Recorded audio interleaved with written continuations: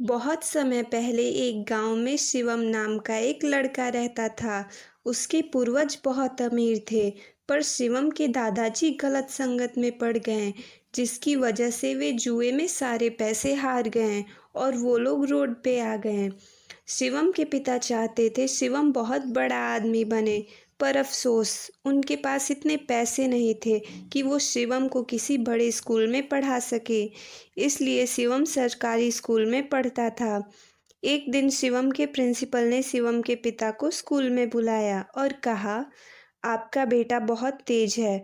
वो अपनी क्लास के तो सवाल हल करता ही है, साथ में अपने से बड़े क्लास वालों के भी सवाल हल कर देता है। यहाँ पे उसे उतनी शिक्षा नहीं मिल पाएगी। मेरी मानिए तो शिवम का दाखिला किसी बड़े स्कूल में करवा दीजिए। अगर आपने ऐसा किया तो एक दिन वो बहुत आगे जाएगा। प्रिंसिपल की बात सुन के एक तरफ तो उन्हें शिवम पर बहुत गर्व महसूस हो रहा था, वहीं दूसरी तरफ उन्हें इस बात का अफसोस भी था कि वो चाह के भी उसका एडमिशन किसी बड़े स्कूल में नहीं करा सकते। जब वो घर लौटे तो शिवम की माँ ने पूछा, क्या हुआ जी? प्रिंसिपल साहब ने आपको क्यों बुलाया था और आपका चेहरा इतना उतरा हुआ क्यों है? शिवम ने कोई गलती की है क्या? क्या स्कूल में प्रिंसिपल साहब ने उसकी शिकायत करने के लिए बुलाया था? शिवम के पिता ने जवाब दिया, गलती तो मुझसे हुई है। शिवम की माँ ने कहा, क्या हुआ? आप ऐसे क्यों बोल रहे हो? क्या कहा प्रिंसिपल साहब ने? शिवम के पिता ने कहा, प्रिंसिपल साहब कह रहे थे शिवम पढ़ने में बहुत तेज है। जिस स्कूल में वो पढ़ रहा है वहाँ उसका कोई भविष्य नहीं है। उन्होंने कहा मुझे उसका एडमिशन किसी बड़े स्कूल में करा देना चाहिए। अब मैं उन्हें कैसे समझाऊं कि मैं भी चाहता हूं कि मेरा बेटा किसी बड़े स्कूल में पढ़े, पर मैं चाह के भी ऐसा नहीं कर सकता। अगर मैं खुद को बेच भी दूं ना, फिर भी मैं उसे किसी बड़े प्राइवेट स्कूल में नहीं पढ़ा सकता। मेरे पिता की वजह से मेरी ज़िंदगी तो बर्बाद हो गई, पर मैं नहीं चाहता मेरे बेटे की भी ज़िंदगी खराब हो। मैं क्या करूं? मुझे कुछ समझ नहीं आ रहा। ये सारी बातें शिवम बाहर छुप के सुन रहा था। उसने कहा, मेरी वजह से मेरे पिताजी की आंखों में आंसू है। वो चाहते हैं ना कि मैं बड़ा आदमी बनूं। एक दिन मैं बहुत बड़ा आदमी बन के दिखाऊंगा। अगले दिन शिवम के पिता गांव के जमींदार के पास गए।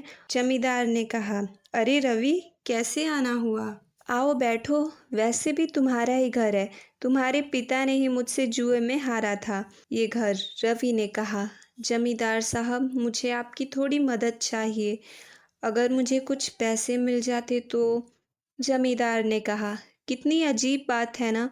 आज तक तुम्हारे खानदान में सिर्फ देने की ही परंपरा थी, पर आज तुम्हारे जुआरी पिता की वजह से तुम्हें लोगों के आगे हाथ फैलाने पड़ रहे हैं।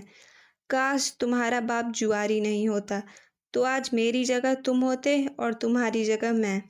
खैर छोड़ो, तुम ये बताओ, ऐसी भी क्या ज़रूरत पड़ गई जो तुम मेरे यहाँ पैसे मांगने चले आए? रवि ने कहा, मुझे शिवम का प्राइवेट स्कूल में एडमिशन कराना है। जमींदार ने हंसते हुए कहा, तुम्हें पता है, आज तक तुम्हारे खानदान ने सिर्फ इन हाथों से दिया है। जब तुम्हारे पिता जुए में सब हार गए थे, उस वक्त भी तुमने किसी के आगे हाथ नहीं फैलाया। तुमने अपने स्वाभिमान की जिंदगी चुनी, पर आज पहली बार तुमने अपने बेटे के लिए किसी के आगे हाथ फैलाया है। अच्छा लगा देख के कि तुम अपने पिता की तरह नहीं हो। ठीक है, बताओ कितने पैसे चाहिए? रवि ने कहा, मैं आपसे ऐसे पैसे नहीं लेना चाहता। आप मुझे अपने यहाँ काम पर रख लीजिए। जमींदार ने कहा, सही कहते हैं लोग, रईसी खून में होती है, और तुम्हें देख के आज पता भी चल गया। ठीक है, कल से काम पे आ जाना। रवि दिन रात काम करने लगा ताकि वो अपने बेटे को अच्छे स्कूल में पढ़ा सके, और उसकी मेहनत रंग लाई। जब उसको उसकी पहली तनख्वाह मिली, उसने सबसे बड़े स्कूल में शिवम का एडमिशन कराया। कुछ सालों बाद शिवम ने 12वीं में 99% ला के पूरे शहर में टॉप किया। अब शिवम को आगे की पढ़ाई के लिए शहर जाना था। शिवम ने कहा, पिताजी, मैं शहर नहीं जाऊंगा। रवि ने कहा, ये क्या कह रहे हो बेटा? आगे की पढ़ाई करने के लिए तो तुम्हें शहर जाना ही पड़ेगा। शिवम ने कहा, नहीं पिताजी, आप मेरे लिए दिन रात मेहनत करते हो। अब मैं आप पे और बोझ नहीं डाल सकता। रवि ने कहा, ये कैसी बात कर रहे हो बेटा? माँ बाप बच्चे के लिए नहीं करेंगे तो और कौन करेगा? और मैंने सब कुछ सोच लिया है, तो तुम अब चुपचाप शहर जाओ। तुम्हारी ट्रेन का समय हो गया है। शिवम ने कहा, पिताजी, वहाँ की यूनिवर्सिटी में एडमिशन लेने के लिए 5 लाख रुपए लगेंगे। आप कहाँ से लाएंगे इतने पैसे? मैं यहीं कोई छोटी मोटी नौकरी कर लूँगा। रवि ने कहा, नहीं बेटा, मैं पैसों की वजह से तेरे भविष्य पे कोई आँच नहीं आने दूंगा। तू जा, मैं पैसे का इंतजाम करता हूँ। नम आँखों से शिवम ने पिता को अलविदा कहा और चला गया। रवि की पत्नी सुनीता ने कहा, आपने कह तो दिया, पर आप इतने पैसे का इंतजाम करेंगे कहाँ से? रवि जमींदार के पास जाता है और कहता है, जमींदार साहब, मुझे पता है आपने मेरी बहुत मदद की है, बस एक आखिरी बार मेरी मदद और कर दीजिए। जमींदार ने कहा, अरे रवि, कैसी बात कर रहे हो? इतने दिनों में मैं तुम्हें इतना तो जान गया हूँ कि तुम एक सच्चे और ईमानदार आदमी हो। पैसे से भले गरीब हो, लेकिन दिल से बहुत अमीर हो तुम। रवि ने कहा, धन्यवाद जमींदार साहब, मैंने शिवम को आगे की पढ़ाई के लिए शहर भेज दिया है, पर वहाँ के कॉलेज में एडमिशन के लिए 5 लाख रुपए चाहिए। बस आखिरी बार मेरी मदद कर दीजिए। मैं आपका एहसान जीवन भर नहीं भूलूंगा। जमींदार ने कहा, ठीक है, कल सुबह आ जाना, मैं तुम्हें पैसे दे दूंगा। रवि खुशी खुशी वहाँ से चला जाता है। अगले दिन रवि सुबह जल्दी उठकर जमींदार के यहाँ जाने लगा। सर्दियों का मौसम था। उस दिन काफ़ी कोहरा पड़ रहा था। रवि रोड पार कर ही रहा होता है, तभी न जाने कहाँ से तेज रफ्तार में एक ट्रक आई और रवि को टक्कर मार दी, और वही रवि की मौत हो गई। जब सुनीता को ये खबर पता चली, वो भाग के रवि के पास गई।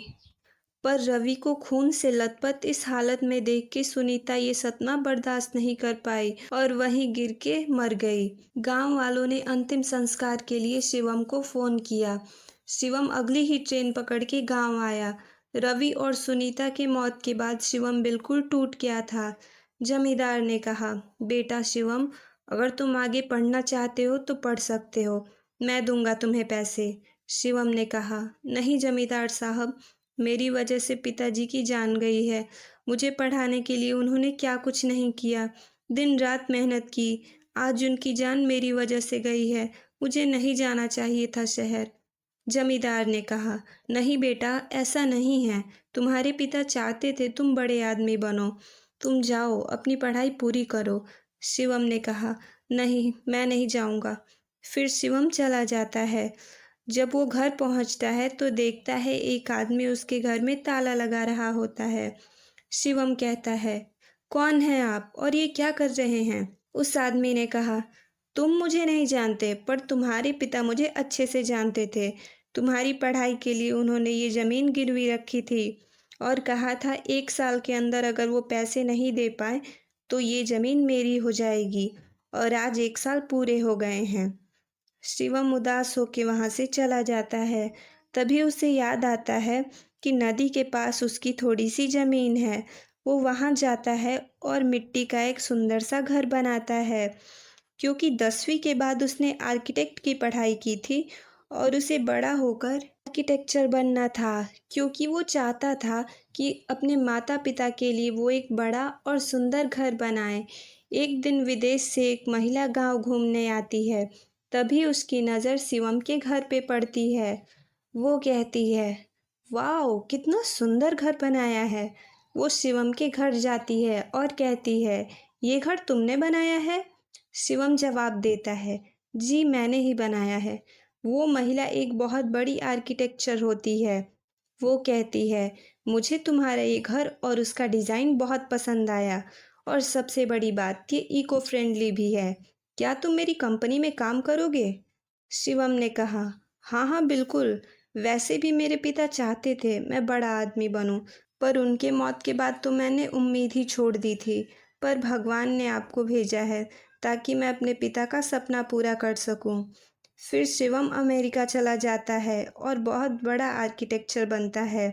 उसके यूनिक डिज़ाइन लोगों को बहुत पसंद आते हैं।